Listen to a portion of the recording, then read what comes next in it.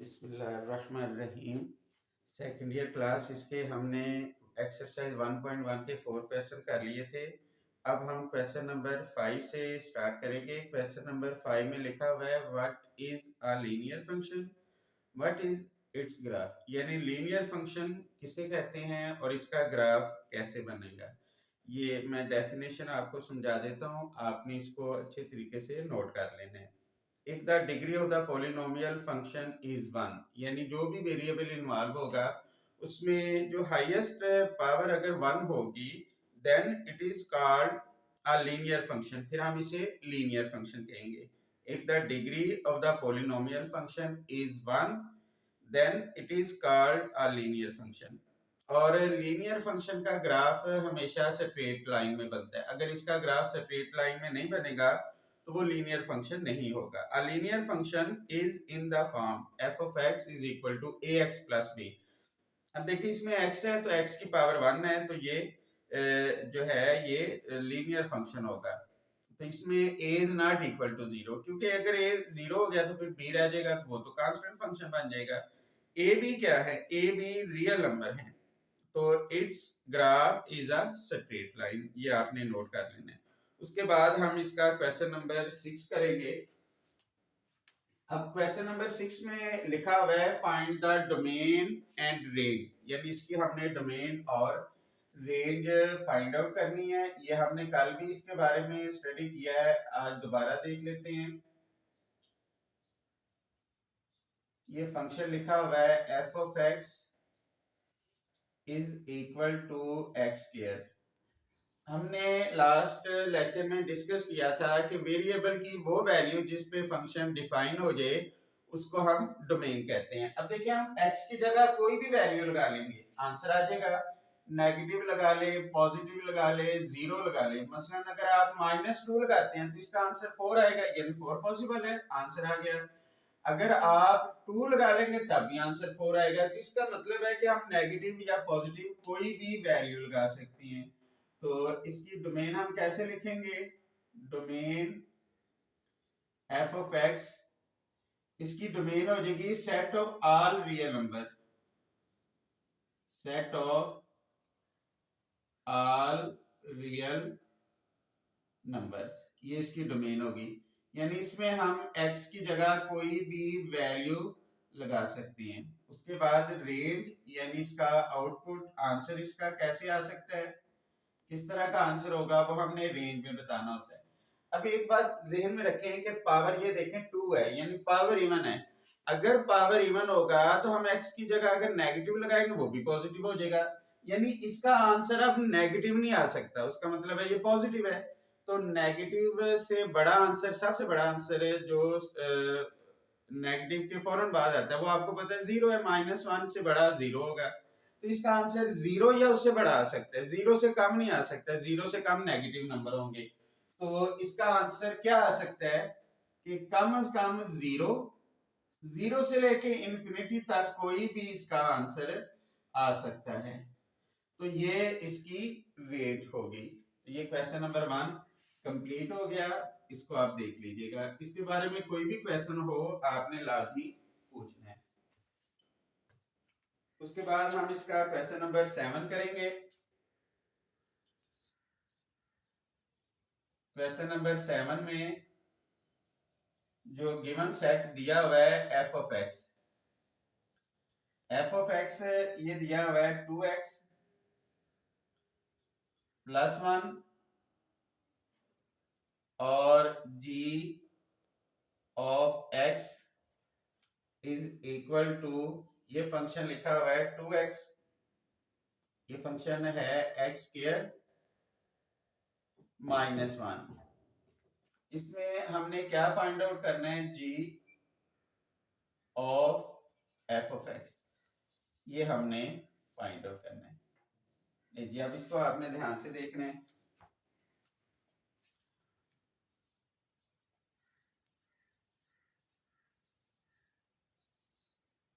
इसमें ये लिख लेंगे हम g of f of x, g को इधर लिख लेंगे और ये ब्रैकेट के अंदर f ऑफ x लिखा हुआ है, तो एफ ऑफ एक्स कौन सा फंक्शन है? ये एफ फंक्शन है, ये जी फंक्शन है। ये वाला फंक्शन हम इधर लिख लेंगे 2x + 1। अच्छा, इसमें याद रखिएगा इस फंक्शन को सॉल्व करने का क्या तरीका है। अब देखें, जो वैल्यू ये ब्रैकेट के अंदर है उसे ब्रैकेट के बाहर वाले फंक्शन में x की जगह लगाएंगे। यानी हम किस तरह इसको दर्ज करेंगे, जी एफ ऑफ एक्स। अब ये वाली जो रकम है इसे ब्रैकेट के बाहर वाले फंक्शन में x की जगह लगाएंगे। ब्रैकेट के बाहर g फंक्शन है, g में लिखा हुआ है x स्क्वायर, यानी x की जगह आपने ये लगा लेना है 2x + 1, ये इसका स्क्वायर हो गया। फिर उसके बाद आएगा -1 जी एफ ऑफ एक्स। अब इसका हम स्क्वायर ओपन कर लेंगे, ये आ जाएगा 4x square plus 4x + 1 -1 g f of x. ये -1 + 1 से कट जाएगा, ये इसका आंसर आ जाएगा। अब इसमें देखिए 4x कॉमन आ रहा है तो हम कॉमन ले लेते हैं, तो ये आ जाएगा x + 1। ये इसका आंसर आ गया। इसको आप ध्यान से देख लें, कोई प्रॉब्लम है आपने मुझसे लाजमी पूछना है।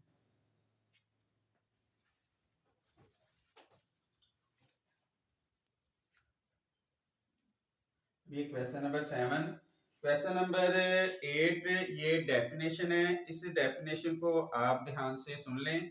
लिखा हुआ है define identity function. Identity function क्या होता है? फॉर एनी सेट एक्स, कोई भी सेट है जिसका नाम एक्स है, अ फंक्शन आई यानी आइडेंटिटी, यानी इसको हम यू लिख लेंगे, आई क्या है? X, x of the form I x, यानी ये फॉर्म है identity of x is equal to x for all numbers x belongs to x, यानी x के तमाम एलिमेंट x से बिलोंग कर रहे हैं, यानी ये एलिमेंट जो है वो x से बिलोंग कर रहा है, इज कॉल्ड आइडेंटिटी फंक्शन। तो इसको हम आइडेंटिटी फंक्शन कहेंगे। ये आइडेंटिटी फंक्शन की डेफिनेशन है, इसको आपने ध्यान से सुन लेना है। अब इसको नोट भी कर लें। For any set x a function I x approach to x of the form I x is equal to x for all number x belongs to x, यानी ये स्मॉल जो लेटर्स होते हैं ये एलिमेंट्स के लिए होते हैं और ये जो कैपिटल लेटर होते हैं ये सेट का नाम होता है, इज कॉल्ड आइडेंटिटी फंक्शन। तो इसको हम आइडेंटिटी फंक्शन कहेंगे। उसके बाद क्वेश्चन नंबर 9 में है रैशनल फंक्शन। तो रैशनल फंक्शन हमने पहले भी काफी बार पढ़ा हुआ है। अ फंक्शन आर एक्स, यानी ये कोई भी रैशनल फंक्शन हो गया, of the form p x over q of x, यानी पी ऑफ एक्स न्यूमरेटर और q of x denominator, where both p x and q x are polynomial. अगर बटे के ऊपर वाली रकम भी पोलिनोमियल हो और बटे के नीचे वाली रकम भी पोलिनोमियल हो, and q is not equal to 0 is called a rational function। तो इसको हम रैशनल फंक्शन कहेंगे। तो इसकी डेफिनेशन आप नोट कर लें। A function r x of the form p of x over q of x and q of x is not equal to 0 where both p of x and q of x are polynomial function is called rational function। तो इसको हम rational function कहेंगे। अब उसके बाद है define implicit function also write one example, यानी implicit function की डेफिनेशन करें और उसकी कोई से एक एग्जांपल दे दें। अब देखिए इम्प्लिक्ट फंक्शन क्या होता है? The function of two variable. अब इसमें दो वेरिएबल इन्वॉल्व होते हैं, x and y in the form.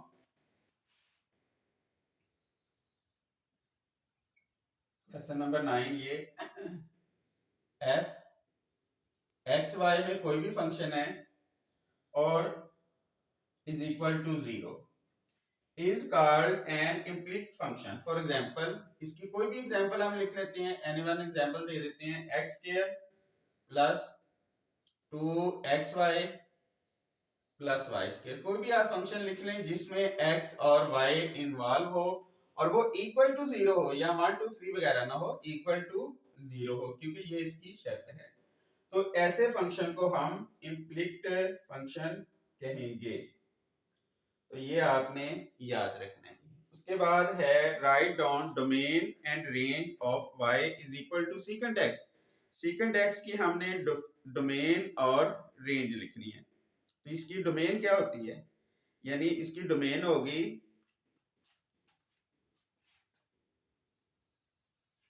Question number 10, ये लिखा हुआ है y is equal to secant x।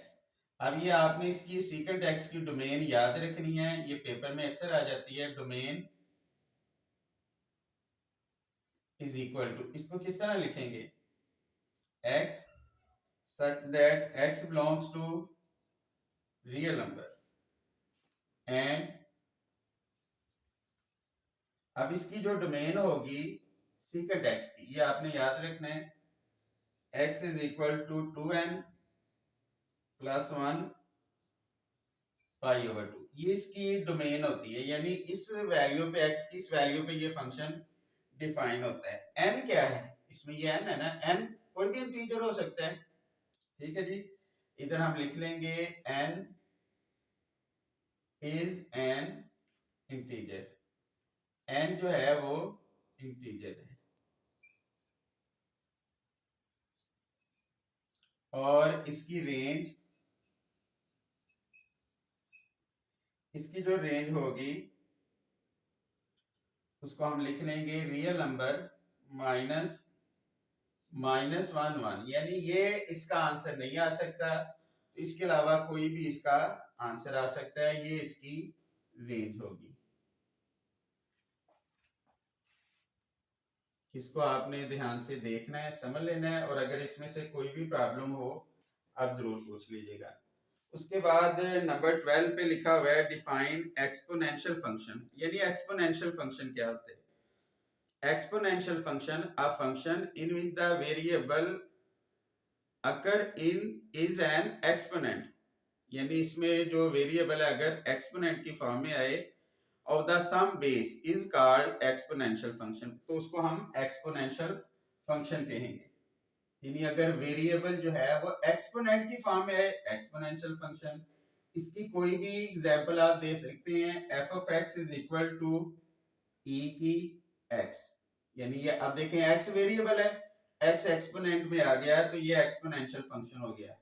इसके अलावा ई के अलावा कोई भी वैल्यू हो सकती है, ए भी हो सकता है, यानी 4 की पावर एक्स हो गया, 3 की पावर एक्स हो गया। तो एक्स अगर आप पावर में लिखेंगे तो वो एक्सपोनेंशियल फंक्शन हो जाएगा। अब इसका उसके बाद नंबर 13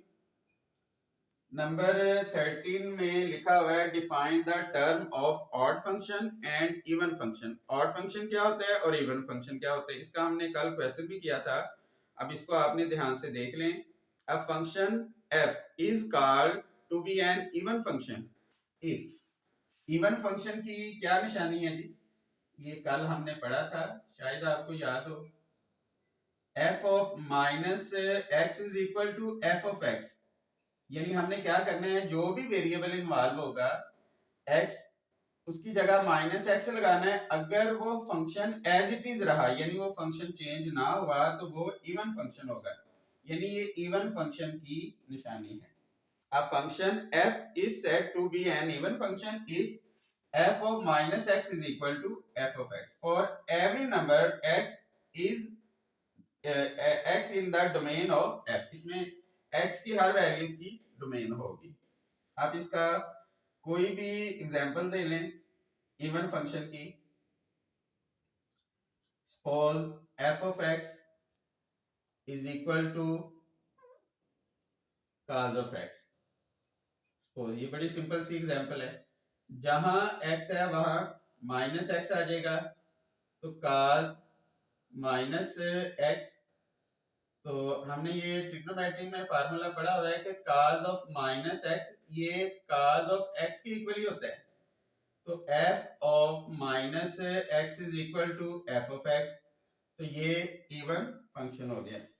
उसके बाद ऑड फंक्शन, ऑड फंक्शन की क्या निशानी, ये भी हमने पढ़ा था, f of minus x is equal to minus f of x, यानी हमने x की जगह माइनस एक्स लगाना है और माइनस कॉमन लेने से अगर ओरिजिनल फंक्शन आया तो वो ऑड फंक्शन होगा। अब function f is said to be an odd if f of minus x is equal to minus f of x, तो for every number x in the domain of f, यानी x के हर value की domain होगी।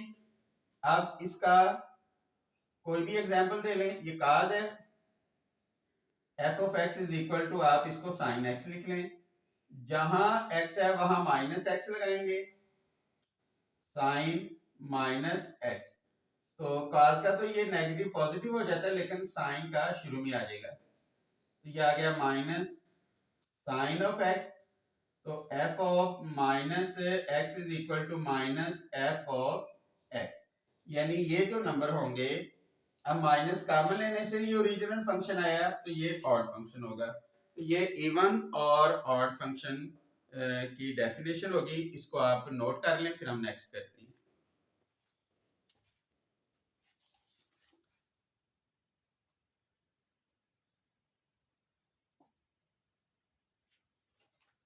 उसके बाद हमने इसका question number 14 करना है। क्वेश्चन नंबर 14 में कहा हुआ है कि ये चेक करें कि ये फंक्शन इवन है या ऑड है, तो इसको हम देख लेते हैं। इवन ऑड के बारे में तो हमने डिटेल से स्टडी किया हुआ है, फिर भी आप एक बार देख लें। ये आ गया f of x is equal to sine of x plus cos of x, जहां x है वहां आपने माइनस x लगा लेना है, ठीक हो गया जी। x की जगह हम माइनस x लगाएंगे, साइन x की जगह हम माइनस x लगा लेंगे, फिर cos x की जगह माइनस x लगा लेंगे, फिर ये आ गया f ऑफ माइनस x, ये माइनस हम शुरू में लिख लेंगे क्योंकि साइन का माइनस शुरू में आ जाएगा, minus sine of x plus, अब ये जो है माइनस इसका खत्म हो जाएगा, ये आ जाना है cos ऑफ x, क्योंकि cos of minus x is equal to cos of x होता है। शुरू में माइनस है, माइनस कॉमन ले लें, sine x minus cos of x। अब देखिए इसमें कोई भी कंडीशन नहीं आ रही, अब ये f ऑफ x के बराबर नहीं है, माइनस कॉमन लेने से भी ये ओरिजिनल फंक्शन नहीं आया, यानी इसमें f of x is not equal to f of x और f of x is not equal to minus f of x। अब इसमें कोई भी कंडीशन नहीं आ रही, तो इसका मतलब है given function is not even nor odd, यानी ये फंक्शन ना तो इवन है और ना ही ऑड है, यानी ये फंक्शन इवन भी नहीं है और ऑड भी नहीं है। तो ये इसको देख लें आप।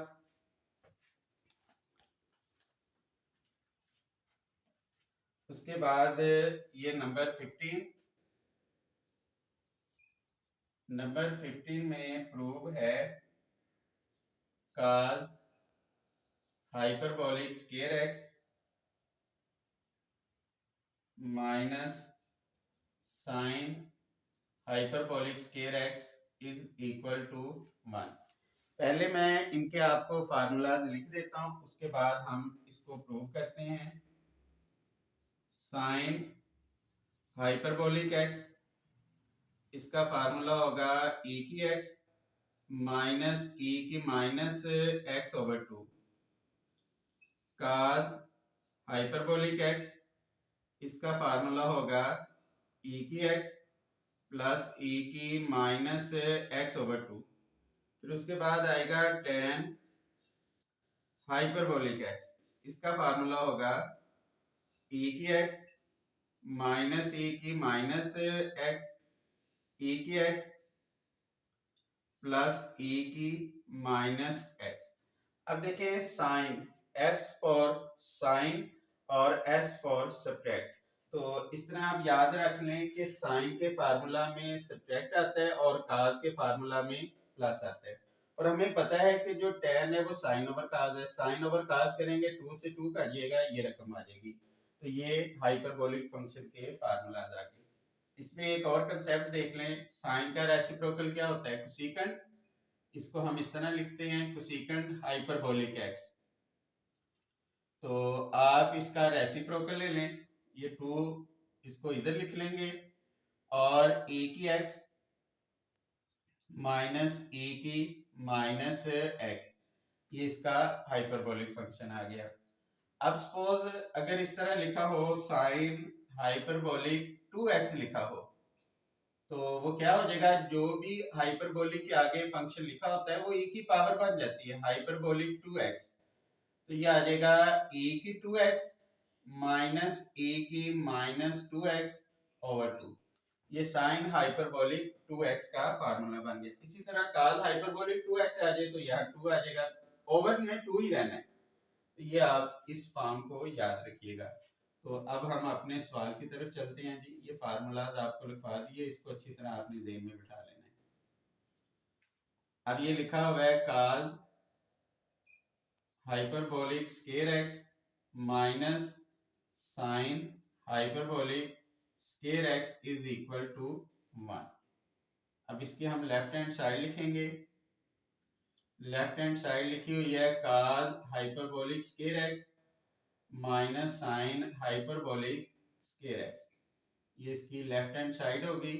काज हाइपरबोलिक एक्स का ये फार्मूला है जी, इसका फार्मूला हम लिख लेंगे e की x प्लस e की माइनस x ओवर 2, ये इसका फार्मूला हो गया। फिर minus sine hyperbolic x e की x माइनस e की माइनस x ओवर 2। अब इसका स्क्वायर ओपन कर दें, ये आ जाएगा पहली रकम का स्क्वायर प्लस दूसरी रकम का स्क्वायर प्लस 2 फार्मूले वाला, पहली रकम इंटू दूसरी रकम, यानी A square plus B square plus 2ab, और 2 का स्क्वायर क्या आएगा 4 माइनस, इसी तरह इसका भी स्क्वायर ओपन कर दें। e की x का स्क्वायर क्या होगा, पावर से पावर मल्टीप्लाई होती है, यानी ये रकम इस तरह आएगी ना, e की x इसका स्क्वायर, तो पावर से पावर मल्टीप्लाई होती है, e की 2x आ जाएगा। फिर आ जाना है प्लस e की माइनस 2x माइनस 2 फार्मूले वाला e की x इंटू e की माइनस x, और 2 का स्क्वायर क्या आ जाएगा 4। 4 इसका एलसीएम ले लें, ये क्या आ जाएगा e की 2x प्लस e की माइनस 2x। 2 बेस एक जैसे हो पावर प्लस हो जाती है, x माइनस x, ये आ गया जी। फिर ये क्या आ जाएगा 4 एलसीएम, ब्रैकेट के बाहर माइनस है, ब्रैकेट के अंदर वाले साइन चेंज कर देंगे, माइनस e की माइनस 2x, ये माइनस और ये माइनस प्लस हो जाएगा, 2 बेस एक जैसे हो पावर ऐड हो जाती है, तो इससे ये कट जाना है, इससे ये कट गया। अब क्या आ जाएगा 2 e की पावर x माइनस x 0, किसी भी नंबर की पावर 0 हो वो 1 के इक्वल होगी, तो इसका मतलब है 2 इंटू 1 क्या होगा 2, फिर ये plus 2 over 4, 2 plus 2 4 over 4 is equal to 1 is equal to right hand side. अब लिख लीजिएगा left hand side is equal to right hand side, यही हमने प्रूव करना था। इसको बेटा देख लें, अगर कोई प्रॉब्लम है तो आप पूछ लीजिएगा।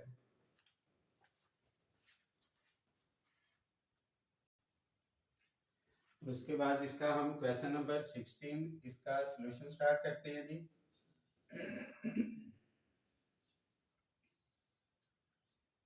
क्वेश्चन नंबर 16 में सबसे पहले कहा हुआ है फाइंड आउट करें g of f of x, इसकी वैल्यू हमने फाइंड आउट करनी है, तो इसको हम लिख लेंगे g और ब्रैकेट में लिख लेंगे f ऑफ x।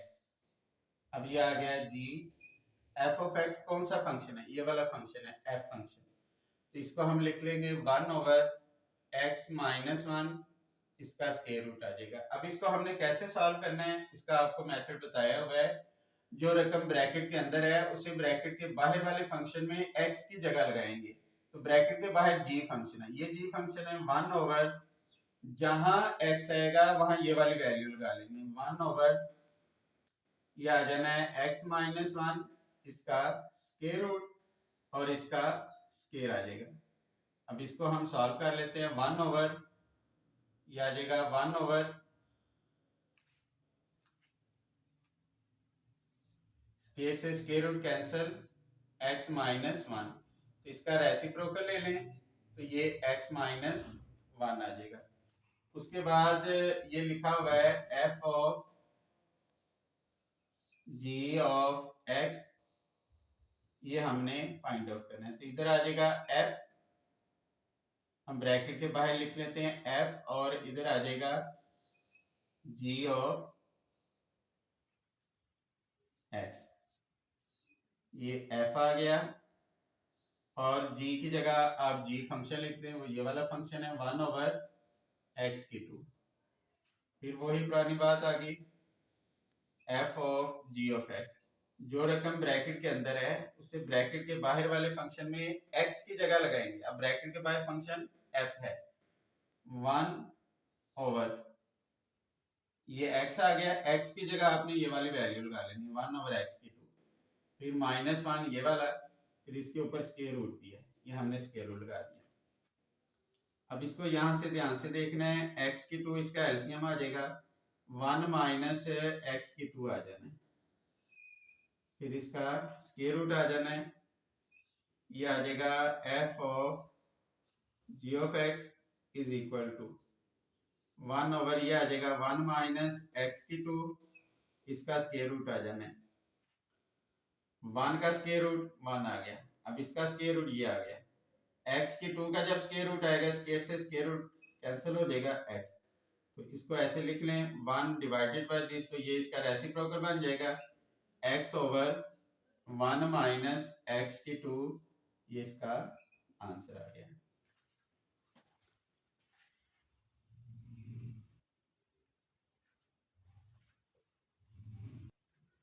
उसके बाद हमने इसका क्वेश्चन नंबर 17 करना है। क्वेश्चन नंबर 17 में लिखा है फाइंड द पेरीमीटर P, यानी पेरीमीटर P ये हमने फाइंड आउट करना है of a square as a function. अब इसका जो स्क्वायर है ना वो as a function of its area, ये एरिया पर फंक्शन है, ठीक है, यानी पेरीमीटर इसके स्क्वायर के एरिया पर फंक्शन है, ये हमने फाइंड आउट करना है। तो इधर हम लिख लेंगे let x be the side of a square, अगर x इसकी साइड हो तो देन इधर हम लिख लेंगे we know that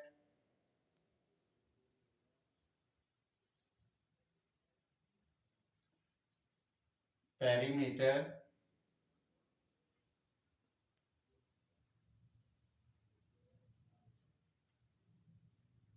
of a square,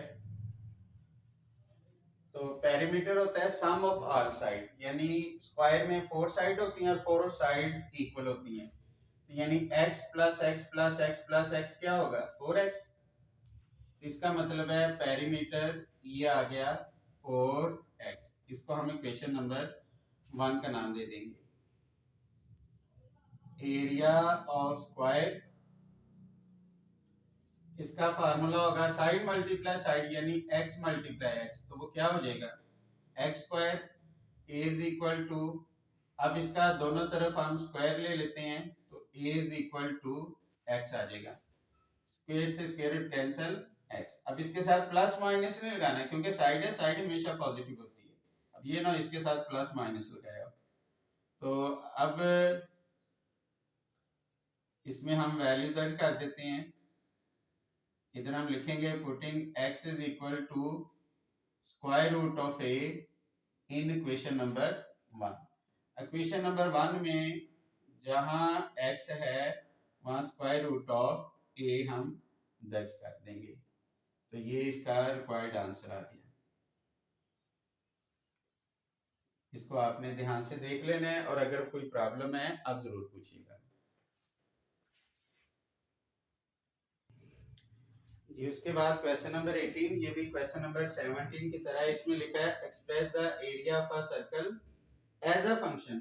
अब जो एरिया है वो एज अ फंक्शन है, किस पे फंक्शन है, ऑफ इट्स सरकमफ्रेंस सी। तो सरकमफ्रेंस से आप रिक्वायर्ड जो भी वेरिएबल इन्वॉल्व होगा यानी आर उसकी वैल्यू निकालेंगे और जो एज अ फंक्शन कहा होगा उसमें दर्ज कर देंगे।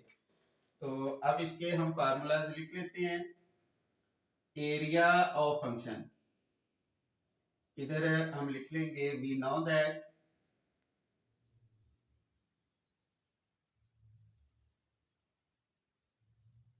एरिया फंक्शन, इसका क्या फार्मूला होता है, पाई आर स्क्वायर, ये एरिया फंक्शन का फार्मूला हो गया। और सरकमफ्रेंस ऑफ सर्कल इसको सी से जाहिर करते हैं, तो सी का फार्मूला क्या होगा, 2 पाई आर, ये सी का फार्मूला है। इसमें लेट हमने रेडियस को आर किया हुआ है, तो इसका मतलब है आर इसमें वेरिएबल इन्वॉल्व है। तो आर की वैल्यू निकाल लें, आर की वैल्यू क्या आएगी, सी ओवर 2 पाई। अब ये आर की वैल्यू हम इक्वेशन नंबर 1 में दर्ज कर देंगे, आंसर आ जाएगा। इधर हम लिख लेंगे putting r is equal to c over 2 pi in equation number 1।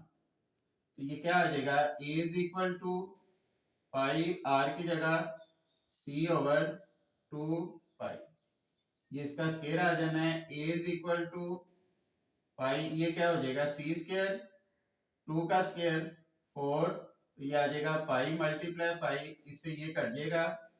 तो a is equal to c square over 4 pi, ये इसका आंसर आ गया।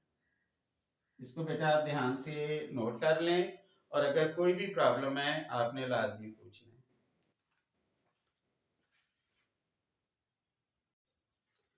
अब इसकी हमने x स्क्वायर माइनस 4 इसकी डोमेन और रेंज फाइंड आउट करनी है। अब इसमें देखें कि डोमेन से मुराद है कि वेरिएबल की वो वैल्यू जिस पे फंक्शन डिफाइन हो जाए।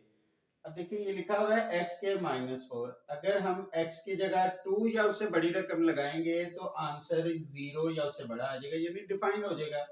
मसलन अगर हम 2 लगाते हैं तो 2 का स्क्वायर क्या होगा, 2 का स्क्वायर होगा 4, तो 4 - 4 0, 2 से बड़ी रकम क्या होगी 3, 3 का स्क्वायर 9, 9 - 4 5, यानी ये वैल्यू आप दर्ज कर सकते हैं।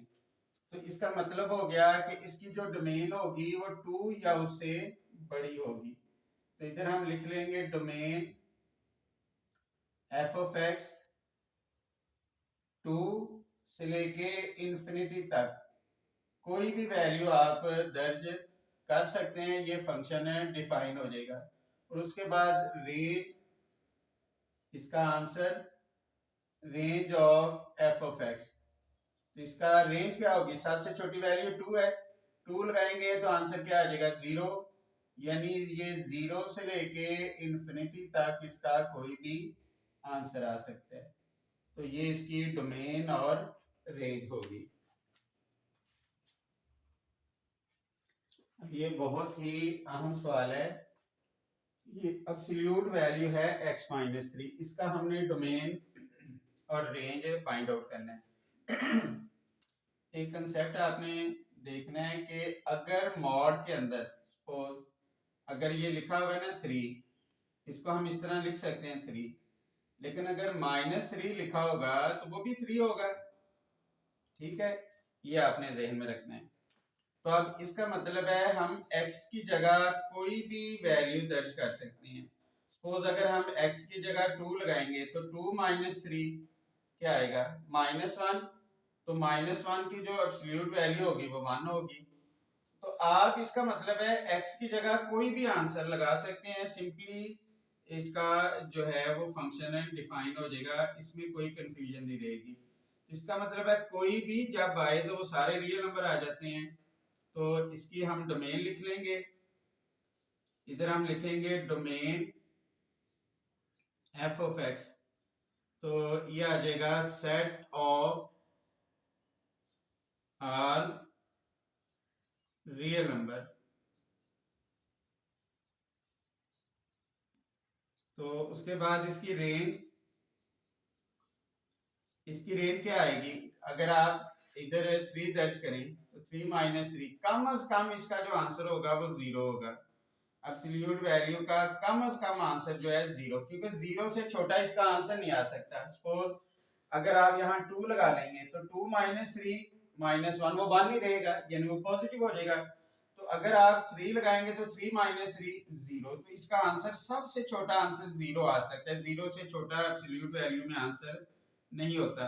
तो 0 से लेके इंफिनिटी तक ये इसका आंसर आ गया।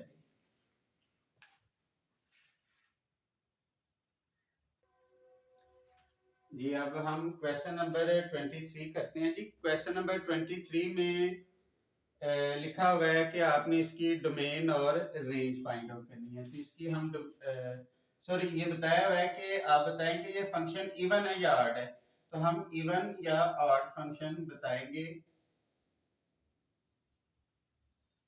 तो ये लिखा हुआ है f of x is equal to x की पावर 2/3 प्लस 6। जहां x है वहां हमने माइनस एक्स लगा लेना है। माइनस एक्स इसकी power 2/3 plus 6, F of minus x.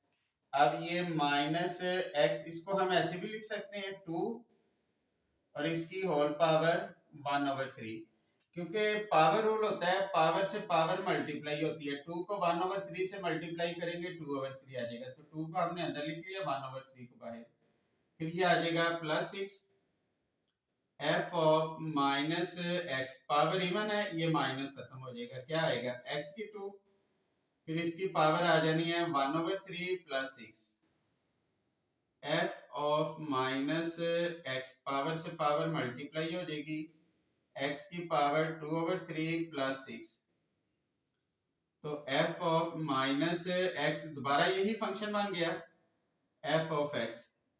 इसका मतलब है इधर हम लिख देंगे given function is an even, ये एक इवन फंक्शन है। उसके बाद नेक्स्ट क्वेश्चन में भी मेरे ख्याल यही पूछा हुआ है इवन और ऑड। नंबर 24, इसमें लिखा हुआ है f of x is equal to x की 3 प्लस एक्स। इसमें भी हमने ये बताना है कि ये फंक्शन इवन है या ऑड है।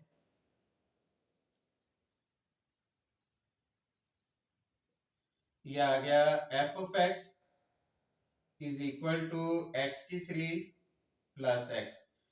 जहां x है वहां माइनस एक्स आ जाएगा, माइनस एक्स इसकी पावर 3, x की जगह हमने माइनस एक्स लगा लेना है।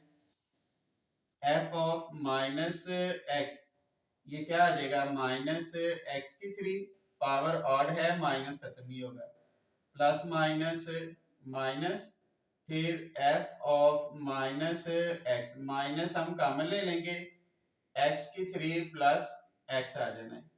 फिर ये आ जाएगा f ऑफ माइनस एक्स, ये लिखा हुआ है माइनस, ये सारी रकम किसके बराबर है f ऑफ x के। तो ये जो निशानी होगी ये ऑड फंक्शन की होगी। तो इधर हम लिख देंगे therefore given function is odd, यानी ये फंक्शन ऑड है। इसको आप ध्यान से देख लें और अगर कोई भी प्रॉब्लम है आपने लाजमी पूछना है।